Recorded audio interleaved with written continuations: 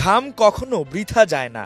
দায়িত্ব নেয়ার মাত্র 10 মাসের মধ্যে সেটাই হাড়ে হাড়ে প্রমাণ করলেন বাফুফের সভাপতি তাবিথ আউয়াল। পরিশ্রম আর দৃঢ় মনোবলের মাধ্যমে দেশের ফুটবলের পুরনো জৌলুস ফিরিয়ে আনতে করে যাচ্ছেন সংগ্রাম।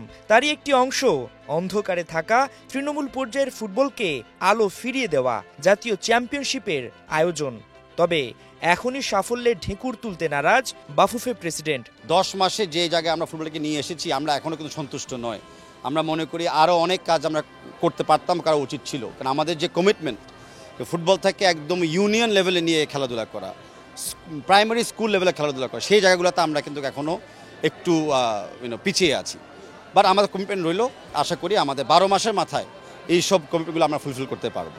ফুটবলকে এগিয়ে নিতে বাফুফে এবং যুব ও ক্রীড়া মন্ত্রণালয় কাঁধে কাঁধ মিলিয়ে কাজ করছে।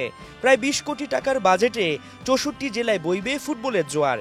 ভবিষ্যতে তারাদের পেতে আগে ফুটবল কালচার গড়ে তুলতে চায় বাফুফে।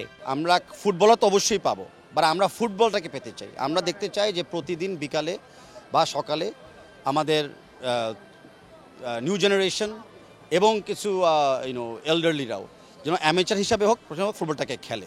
একই সুর যুব ও ক্রীড়া উপদেষ্টার কণ্ঠেও ফুটবলের উন্নয়নের সব রকমের সহায়তার আশ্বাস আসিফ মাহমুদ সজীব ভুঁইয়ার। ইতিমধ্যে আমাদের ফুটবলের একটা রিব্র্যান্ডিং হয়েছে, যেটা আমরা 90-এর দশকে আমরা দেখেছি। ফুটবলের যে ক্রেজটা ছিল সেটা ফিরে আনা গেছে।